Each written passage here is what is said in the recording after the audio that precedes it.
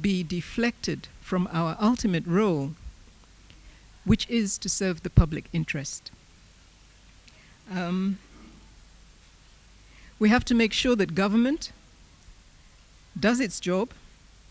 We have to be sure that they have answered their campaign commitments. And this is a counter-narrative that I think sometimes we're afraid to really scrutinize, because we will be attacked. If you start to pinpoint who didn't do what and who did what and who promised what, you will be attacked, for sure. It often appears the counter-narrative is lost in that regard. If we look at the explanations we give for losing that counter-narrative, again, we go back to stick to reporting what happened. Journalist's job is only to report. Don't go out of that parameter. Stick to verifiable facts. And facts seem to end up being the organized events of the elite. The casual calamities that fall on the rest of us, the fires, the floods, etc. But is that the whole picture? Do the rest of the Kenyan population not think? Do the actions of simple Kenyans not determine where we are going? Let's just look at the election primaries that were held. I think there was a very, very loud statement from Kenyans in what they did in their selection of candidates. They swept out a whole bunch of people, and I think there's a very, very loud statement in that. But we never give those Kenyans the chance to actually say what they're thinking. Academics, women investors, pastoral farmers, fisher folks, kiosk owners, do we respect them as thinking people? Or are the other 40 million Kenyans simply dismissed by media as part of flag-waving, slogan-chanting, background crowds of politicians' games? Yes, we can blame centralized ownership of media. We can give in to criticism of the media. We can give in to the increasing number of court cases being brought against the media, the direct threats on journalists, their jobs, their lives, and all sorts of coercive actions to make media behave. But without the counter-narrative, I want to say we have a limping media. I want to say we have an unjust media. And if the media is to continue to command its space as a convener of public discussion, then that limping, unjust media gives us an incomplete and an unjust conversation. We have the political and social elite talking to themselves, and the rest of us losing interest in what they are saying. So the theme, the second half of the theme, is that to discuss media's role in advancing peaceful, just, and inclusive societies. We have to weave the links between elections and people's lives. We have to weave the link, for example, for the past 55 years, we were discussing earlier, every time we have an election, Kenya's economy slows down. Do we make this linkage?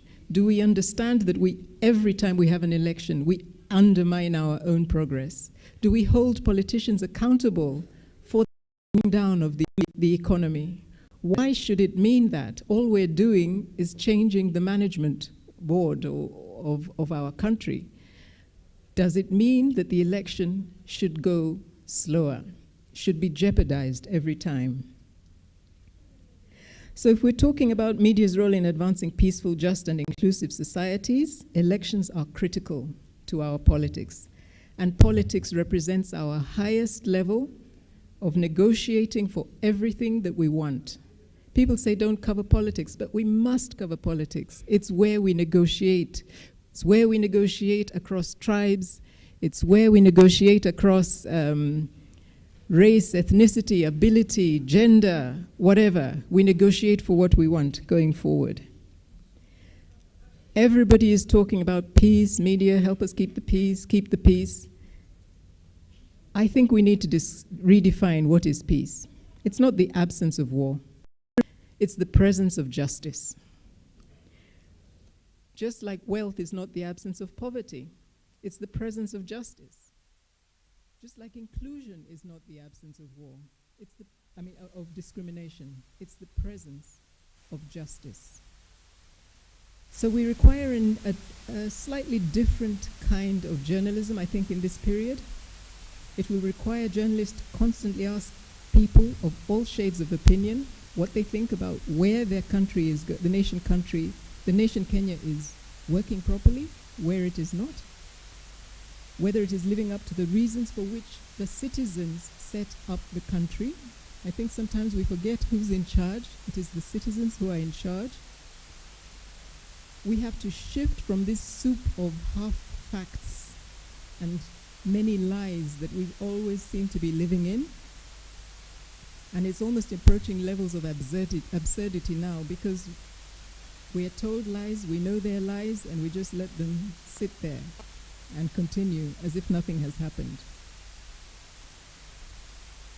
It will require that we put accurate information in the public domain. It will require naming and shaming, whether directly or simply by just juxtaposing facts against what people are being told. It will require media to be proactive in seeking out the counter-narrative and fearless in discussing and questioning our national values. Morality is not something that the media should shy away from discussing. It is our national value.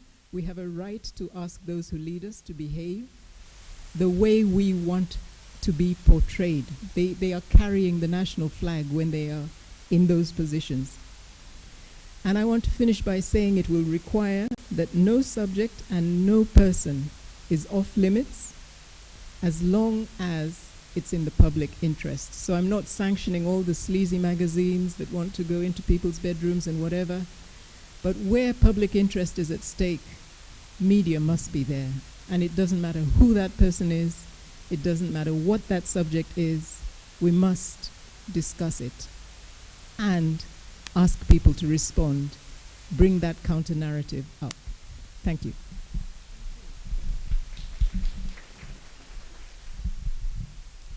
Thank you, Rose. I'd now like to get Maina Moirori's comments on some of the issues that have been raised alongside what he had prepared. But as you do that, Maina, have the Kenyan media provided that counter-narrative that Rose has passionately talked about?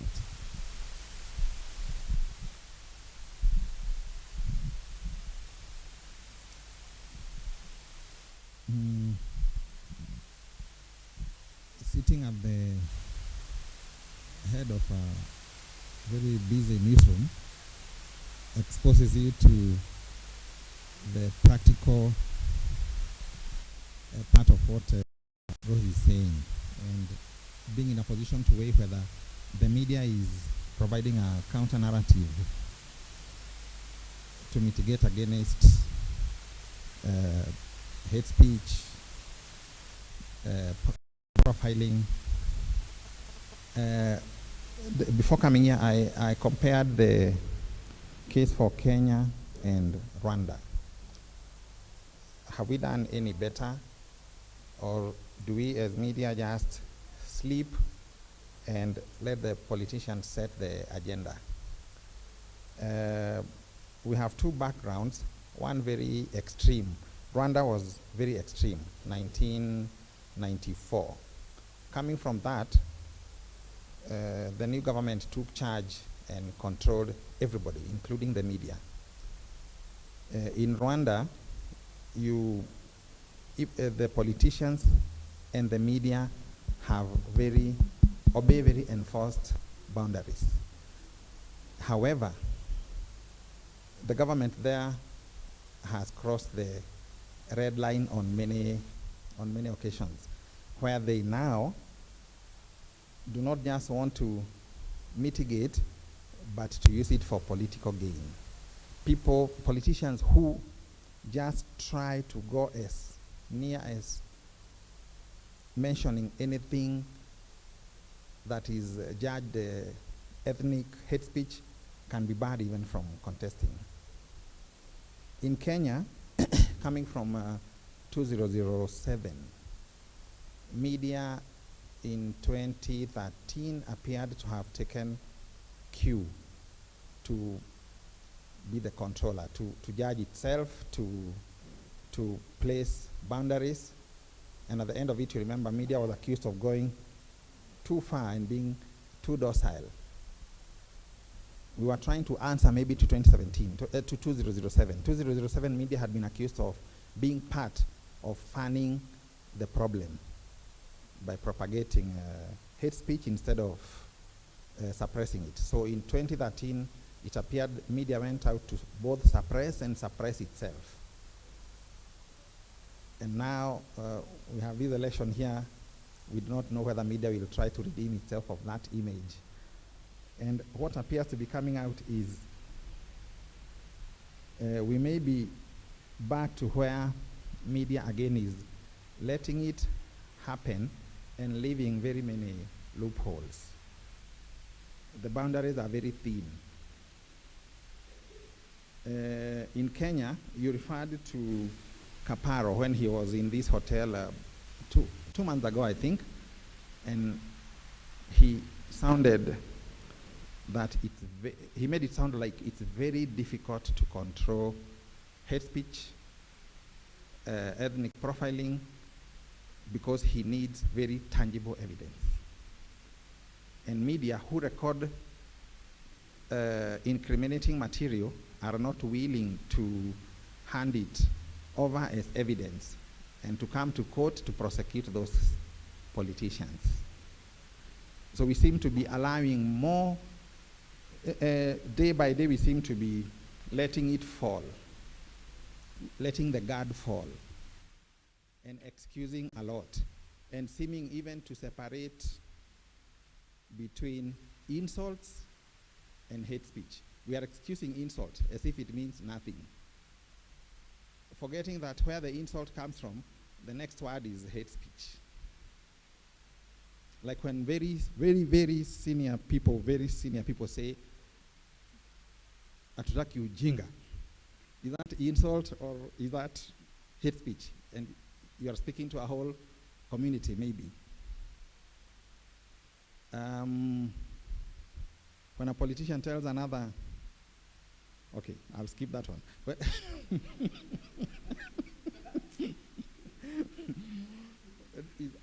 we seem to be excusing slowly and stretching the boundary, so that even now when it's outright hate speech, we think that just not publishing it is enough. Yet, if you don't publish it because it bothers you so much, why don't you speak against it then? And say he said something unprintable, and proceed to explain it's unacceptable. We fail just to publish it and think it's enough, giving them the gag. We seem happy to cover insults, but the boundary is seeming to be very thin. Vernacular FM stations, everybody listens to. Many Kenyans, 90% I think, can understand a vernacular language, are replete with ethnic innuendo, symbolism, proverbs, snide remarks. They are not outright, but if I listen to one, I'll tell you I know who they are referring to. They don't have to mention. I know who they are referring to, and I know what they are saying. But you cannot take them to court because they are not saying it. They're just referring to it in very clever language. They are very artistic. We, the media, have led the country into being proud of self-ethnic profiling. All the key commentators on Saturday and Sunday and Friday are now very happy to speak of the Kamba Nation, the Mulembe Nation, Mount Kenya. You know, when I was comparing with Rwanda, you do not come near there in Rwanda. They'll come for you. Now you don't even mention Hutu or Tutsi. They'll come for you if you come as near as writing a political story and referring to people from the hills. In Rwanda, they'll come for you.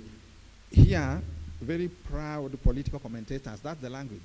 Indeed, the politicians are also now enjoying it very much. We, the Kamba nation, have been left out of this, and we repeat it, and we are very proud of it. I think we are propagating it more than we are giving guidance. Thank you.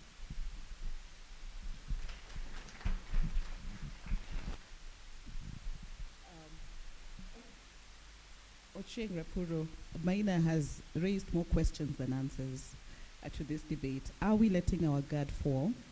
And as you make your presentation, have we covered the relationship between elections and the economy? Have we done a good job at it? Thank you, Nancy. I think I would like to start from where Rose left from. From where Rose left her presentation, and which is to discuss the subject of peace and journalism as we consider the question of our role as media professionals. When I was preparing to come for this discussion, I looked everywhere for asking myself, where would I start this discussion? And I asked myself then, all these things we're talking about media independence, professional journalism, and counter-narrative, the counter-narrative in mitigating conflict and hate speech. And then I asked myself, what is the ultimate goal? I think we should all agree that the ultimate goal of our role as media personalities must be the transformation and the emergence of a democratic and prosperous country that is anchored in just systems of governance and socio-economic structures. And therefore, me, therein lies our prospect for achieving lasting peace and stability.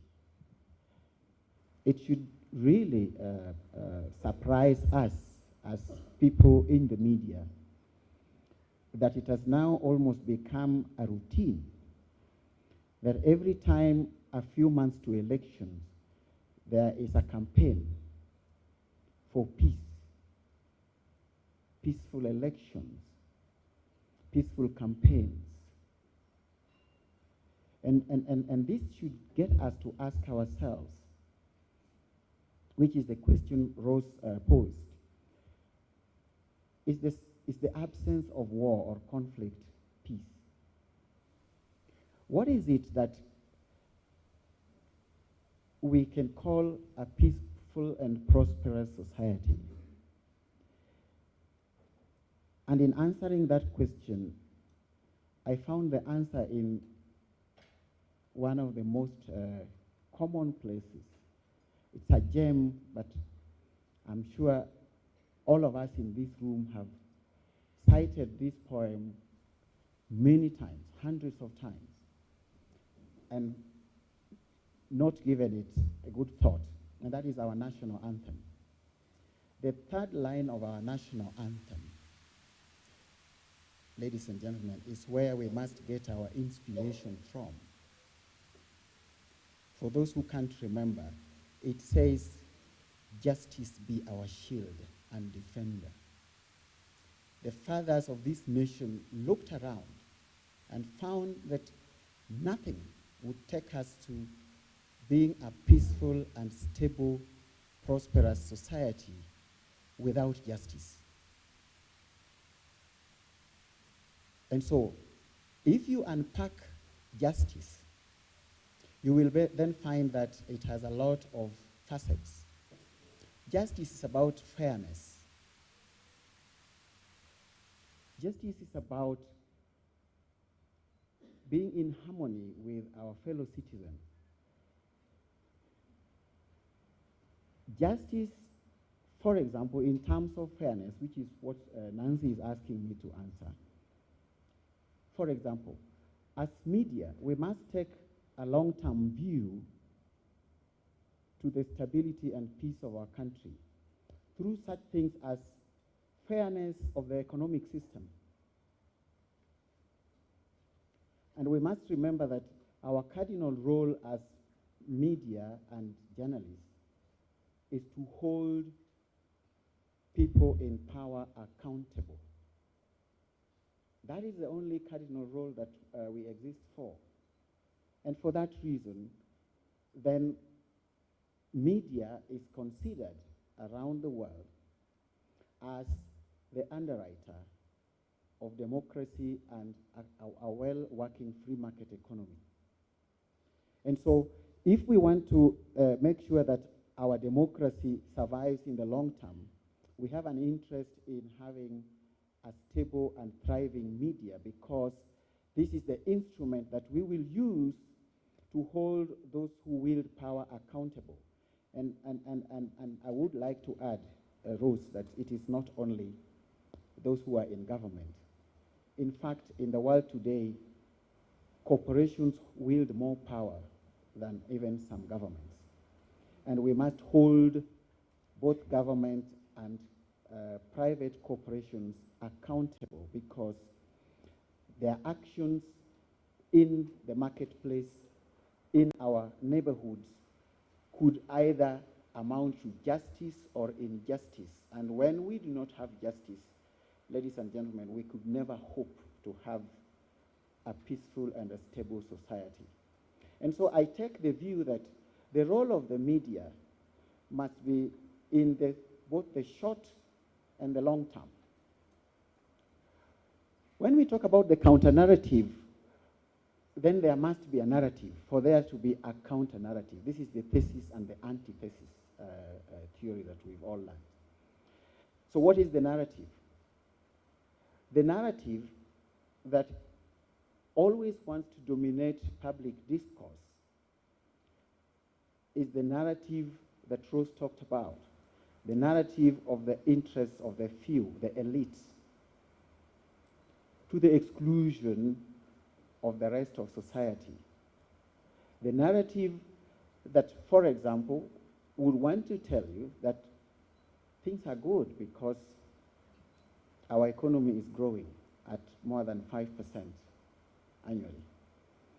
Those who looked at a report was produced yesterday by the UN, which actually says that Kenya, whose economy is bigger than Uganda, Tanzania, and Rwanda combined, has the highest level of unemployment in this region at about 40%. Our economy is growing in tandem with and that's a deterioration from about 35% 3 years ago. And so, what can the media do? Is it not our role to interrogate and question the economic structures that are in place that are, for example, not sharing the benefits of that growth? This, I think, is the sustainable and the substantive way in which the media can contribute to the long-term stability and peace in our country. So we must question those who wield power in government, in private corporations, and it's a constant thing. Are they wielding power in accordance with the Constitution, which is the supreme law of the country, and with all the statutes that are relevant to whatever segments of society they exist in? This is our role. Two, and towards the end of my presentation, there is also our role in the short term. And in the short term, the role of the media must be seen in the light of fact-checking to stop propaganda, this is the season of propaganda, to stop fake news from dominating public discourse, to stop alternative facts from dominating public discourse. This is our role in the short term, given that between now and August, when there is a lot of turbulence in the horizon, we can make our contribution by holding all those who are occupying public discourse space to account for the facts of what they say, so that we as citizens can have an interaction that is based on substance and not all these things we talk about: hate speech, insults, and anything that could cause violence. We must address the sources of violence. The sources of violence are unfairness and all these things that we talk about, or propaganda. And if we were professional enough in what we do, we should be able to hold this out of mainstream public discourse as we continue to execute our role. Finally, I would like to say that there is a very great danger that we as media may get captured by the imploration that is very constant and persistent, and which Maina and Rose have talked about. The media must be responsible. The media must promote peace. Without interrogating what these words mean, we will have fallen to the sin that economist Paul Krugman called mistaking beauty for truth. It sounds nice to talk about being peaceful and responsible, but that's not the truth. The truth is what will take us, ladies and gentlemen, to where we intend to go, and therein I end my presentation. Thank you. Thank you, Ocheng. I'd like to pass the microphone to Harris to share with us lessons from his context. As a journalist who's operating in a different context and having listened to the presentations, are there lessons that we can learn from your place? Hello, everyone. I'm a little bit sick, so I apologize if you hear some hair breathing or snorting. But what I want to say and what I've heard from these presentations at the moment is that what are we talking about here? We're talking about justice, just system, a growing economy, and so on, and yet we have media that are totally not free. Yes, I do come from Europe, but I come from Bosnia and Herzegovina, and while there was a situation in Rwanda where media killed a million people, we had quite similar scenario back at home. So I was too little to follow this situation, but I was also a little bit busy by shelves going around. So what I think is important that we understand is how any working organization operates towards media. There is no organization that doesn't want to control media, actually control their picture in the media. So as media workers, we need to be aware of that, for one, because I don't know that, do you know any law firm, car company, I don't know, a restaurant that doesn't want to control his or her or its picture in the media? Everyone does. Some do it better, some do it worse. And then you have the government who has a direct influence by the media, and of course the government wants to control media. What I think, and I will try to be brief as possible and come to the point, is very important and probably the key to for having free media, which I don't have in my country. So at least not so much. I think it's an education of citizens, because the free media happens when the citizens ask for it. So what, let's be honest, what is the picture of a journalist in general public? What, mercenaries, hyenas, they just write what they're told to, right? And then how can you expect journalists to fight governments, to fight companies, to fight uh, people as well? It's impossible. It's too difficult job. Um, do you know what is the most difficult job by career as in the world, including firemen, miners, and everything? News reporter. Unfortunately, it's by 40 something criteria, it's the most difficult job in the world. Therefore, I think that the most important thing is education of citizens. I don't know how it might happen in Kenya or elsewhere, but I think, in my opinion and my experience so far, this is the key. Because when you have educated citizens, they will demand for free media. When you have the and how do you gain that is by educating citizens that they have some benefit from free media. Because to be honest, nobody cares about something that doesn't bring him or her any benefit.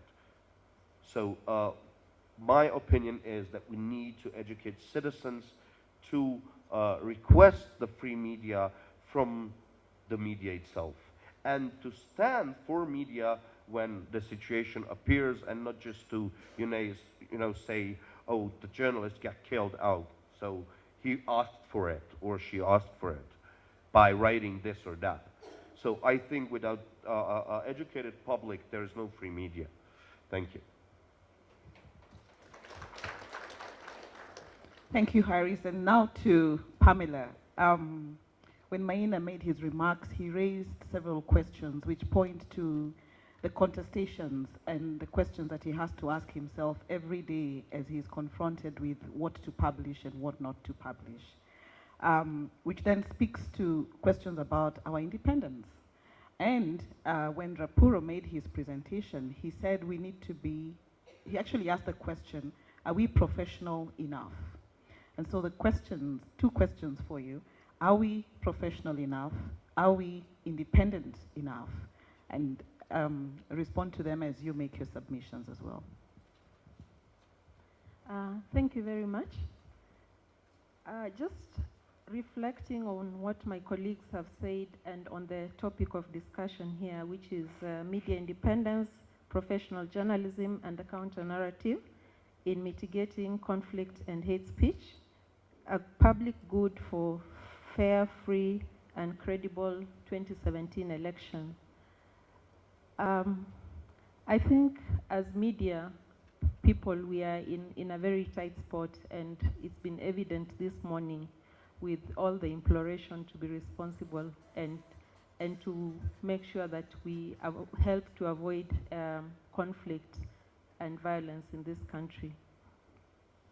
Perhaps just responding to what Rapuro asked and where I was actually going to begin is, after listening to all this, for me, it really comes back to the individual journalist, and that's where we need to start. Are we professional enough as individual journalists? And by asking whether we are professional enough, I mean, do we even know why we exist as journalists? I think to be a journalist, first of all, you have to be interested in the things that Maina, Rose, and my colleague here from Bosnia and Rapuro have spoken about. You have to be interested in creating a just and fair society. Are we committed to that? Because if you're committed to that, and you know what the tenets of good journalism are, including fairness, balanced reporting, and above everything, holding people to account, being free and fair to yourself. It has to start with yourself. And I think we should ask ourselves difficult questions. It's okay to say we're being called upon to do all this, but we need to ask ourselves, am I free and fair myself as an individual? Am I compromised? If we don't start by asking ourselves those questions, then even at an organizational level, we might have all those guidelines about free and fair reporting, but they will mean nothing if you have been compromised by a politician, a political party, a corporate organization. So I think let's start by freeing ourselves as individuals, and then we can go out there as a media fraternity to deliver a free and fair election. In terms of the media contributing to a counter-narrative, and here I just want to confine myself to this whole hate speech thing. We must ask ourselves as media, what is it that we can do to reduce or minimize the appeal of hate speech? Because we are getting into a season where our politicians will be very keen to make statements that appeal to a certain group of people, very low-life kind of statements. What can we do? What role can we play as the media there? And I think we have various choices. Do we black them out?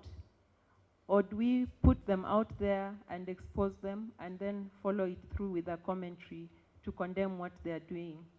How do we relate with the organizations or the bodies that have been set aside, like the Cohesion and Integration Commission? How do we hold them to account so that people who make hate speech can be held to account, and we can follow through and campaign for them to actually go behind the bars? How do we not glorify such people and make them sound like heroes for this country? The other thing I thought I should talk about is, as media, we can only do so much, but we have to work with other people. We need to create partnerships as we go into the elections. We need to create partnerships, particularly with civil society, with religious organizations, and with professionals, with people that can actually come and put out the facts that we might not have ourselves as media. Even when we are talking about the economy, let's look at the professionals. Let's invite them to our studios. Let's invite them to our spaces and let them put out the facts as they are, instead of trying to do everything ourselves. So partnerships as we head towards the elections are going to be very important for the media.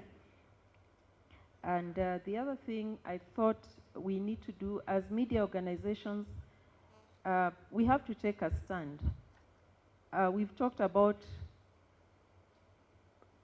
issues like the government advertising agency and whether or not it's a plan to just deny media revenue and stifle some voices. I think we need to take a stand as media organizations and agree that we shall not do certain things, or that we shall not be cowed, even if it means losing some revenue. And some of the media houses already have set an example, for example, by putting out their statements about political advertising. Giving you 5 million shillings to run a documentary that basically is talking down to a certain community. Are you going to allow that just for the sake of financial expediency, or are you going to say, no, we stand for this? So we must stand for something, both at individual and at organizational level. Thank you. Thank you. Thank you very much. I think a better round of applause to the panelists. We'd now like to open it up for comments and discussions from the floor. I think some of the questions that Pamela has raised is, how do we not glorify the politics of balkanization, the politics of my people, my community? And how do we also reduce the appeals of hate speech? Just questions for us to think about even as we comment and raise questions. I don't know how we're going to go about this. Dr. Ranga? Is there a roaming mic? Okay. So there is a hand right here at the front. There's a gentleman here.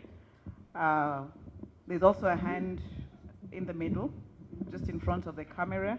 We'll take those two. Any on this side? There is a lady there. I hope you're seeing her. And none on the extreme, anything? Oh, there's a hand back there. Okay, so we'll take those 4 comments. And your questions, and comments can be addressed to all of the panelists or either of them. So just let us know who the question is addressed to. Thank you. Oh, thank you. Gaspar Tino, lecturer, Maseno University, Media. I have a comment. Pamela has talked about professional journalists, which is good, very right. But my concern is that are all practicing journalists in Kenya professional? Some work, are professional on official platform when they report, news, they do their work, but at personal level, they are not, in my view, especially when they're using social media. So one will report this, whatever we'll see, read in the newspapers, watch on television, but on their Facebook account, for example, they post contrary information, which some of this might border hate speech or might, encourage others to be against some other communities. So in my view, then, journalists, not all the journalists are professionals. They're not professional practicing. They should be professionals. Another comment is on hate speech. How then do we use journalists to help in mitigating hate speech, especially legally? I'm not a lawyer, but what I've seen happening when cases of hate speech have been taken to court, powerful people like politicians have been, charged in court for alleged hate speech. But the judiciary has always made rulings where there have never been convictions. We've seen, Junet Mohammed, Moses Kuria, Mudama, and the rest. Always, the ruling is there's no enough evidence. While journalists have recorded these instances on video, pictures have been taken, audio recordings have been there, they have been presented to court. My view then is journalists should push for review of National Cohesion and Integration Act 2013 so that evidence from journalists should be allowed in such cases. Thank you. Thank you. That was a question and no, it's comment. And a comment as well. Thank you very much, Joseph, for your question. To the next colleagues who are going to ask questions, please keep them short and one question so that we allow more people to ask. Thank you. Thank you. Thank you, moderator. My name is William Ogonda. I'm a communications consultant based in Nairobi. Just want to give a comment, but very briefly, as per your call. When we are talking about counter-narrative, where is the position of the influence of citizen journalism? Because you want to balance your story, you want to put your facts right, but guys on Facebook and all those other platforms are faster than you. And by the time you are releasing your newspaper the next day, there are already perceptions in the community. So how do we then work around this?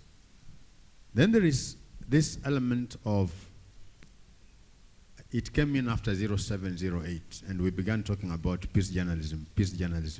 I think it has filtered out somewhere.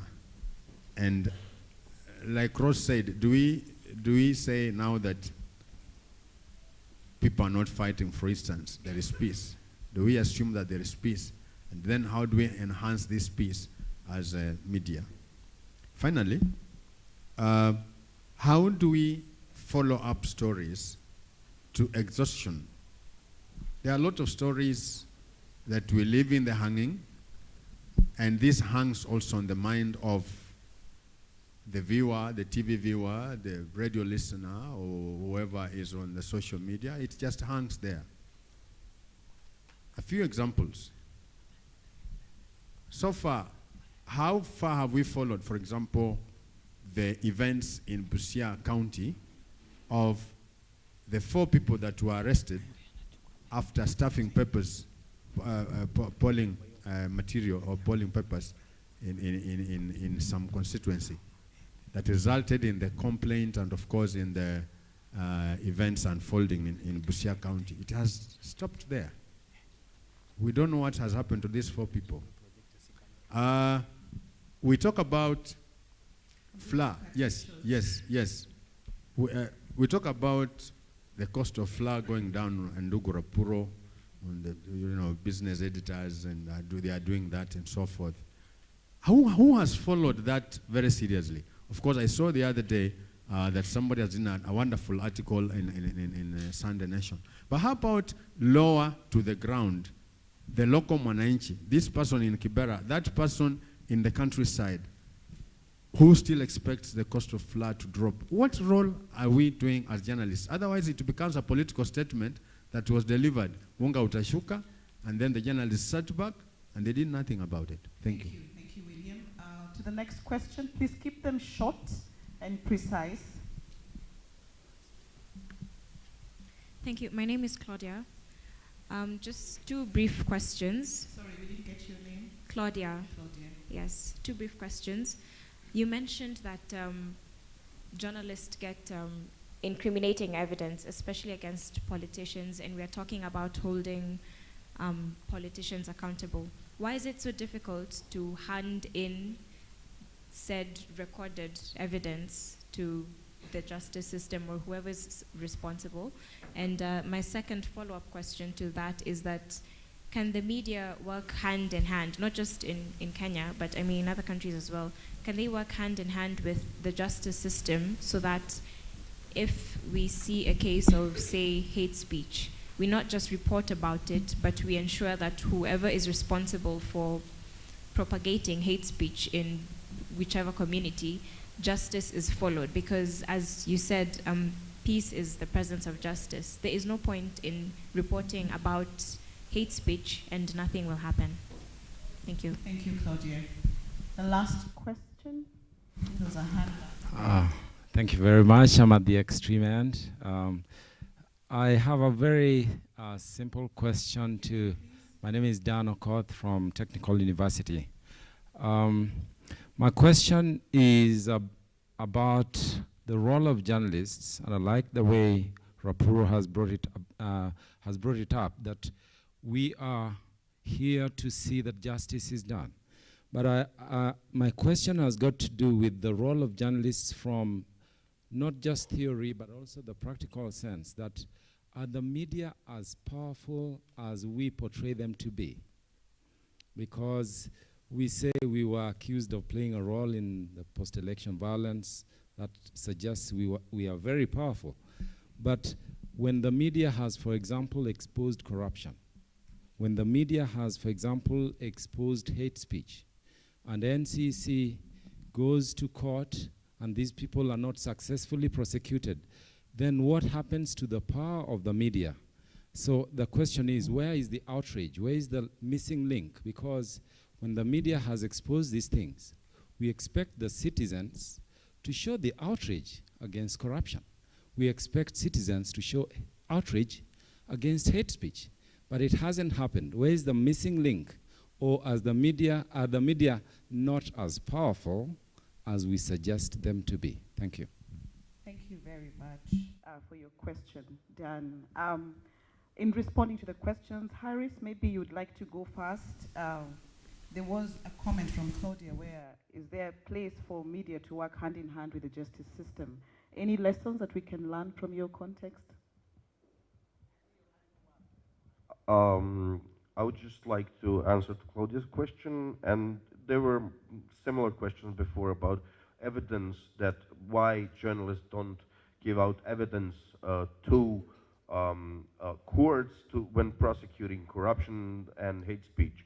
Well, it's right, the point that I was saying, because if you have, what does that journalist, him or her, have left after this? Very big conflict with a very powerful person, with a general public who doesn't give a damn about journalists. Who is going to protect this journalist? Police?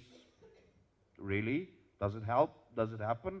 Like, this is where we as or a general public needs to stand with the journalist if you want the journalists to do their work, because journalists are not wealthy and powerful people, and they're always conflicting through their work. If they're conflicting wealthy and powerful people who have the resources to make stuff go bad and under the blanket, in the shades. People go missing, people get killed, people get abducted.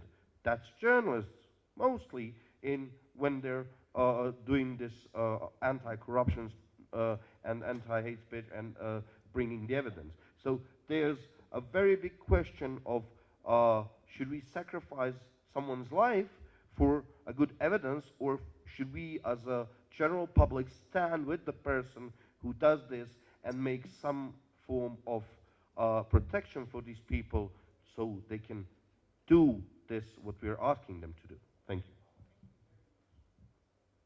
And maybe just pass the microphone back to Maina. There was a question again about us not following up stories to their logical conclusion, if at all there is what we refer to as a logical conclusion. Are we doing a good job at what we now refer to as day two journalism?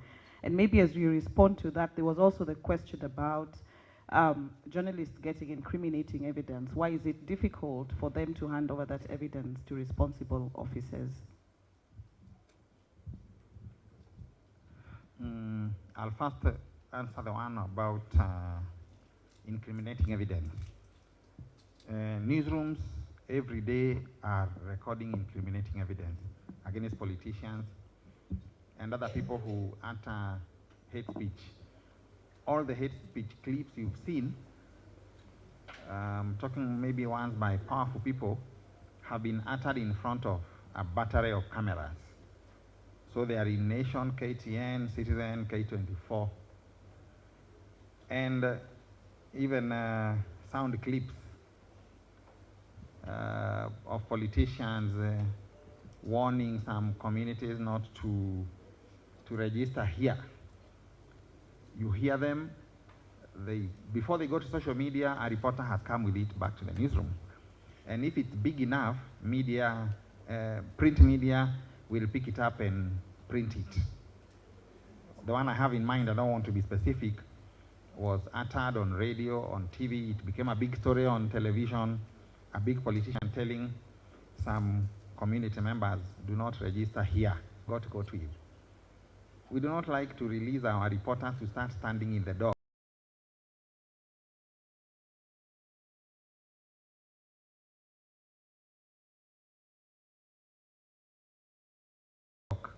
Because the evidence is not the camera.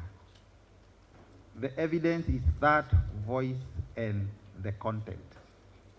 You can successfully prosecute that case and win, hopefully, although the NCIC seem to think differently. And they don't seem to be in every place where these things are being uttered. So there is a lot of evidence, incriminating evidence, in media houses, and NCIC is free to buy it. Indeed, for free, search can be given for free.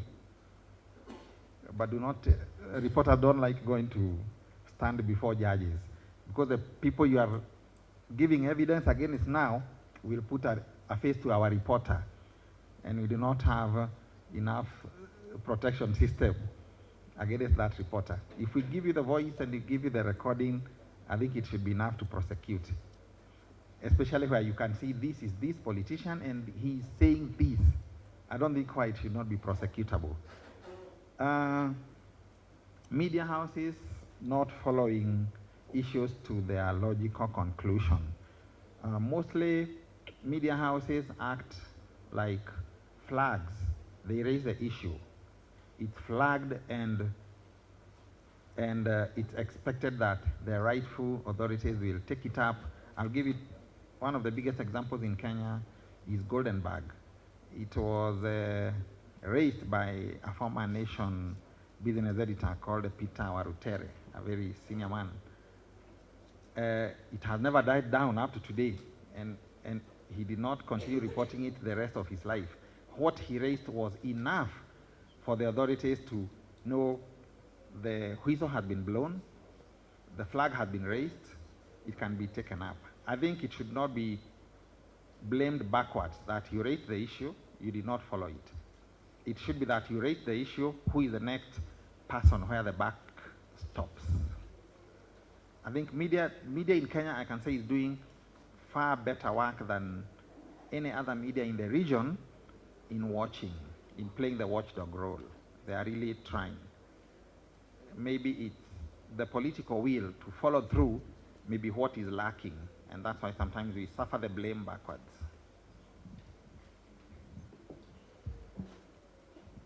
And to you, Pamela, the question came up again. Are we professional enough? And in Kenya, I think that was from Joseph, are all journalists or Kenyan journalists professional? Yeah. I think you can look at professionalism on two levels here. There's the professionalism that you acquire from school and from going to school and knowing what you need, how you need to perform your duties as a journalist. And no, to that one I would say not all journalists are professional, because you have some journalists, some people who work as journalists when they have no formal training whatsoever in journalism, and they've just learned to string together a story and they can call themselves journalists. So not all of them are professional. But again, for purposes of this discussion, I think the kind of professionalism that I'm talking about is really at the level of personal integrity. Are we professional enough to do the right thing? Because even when we have all those, even when we know what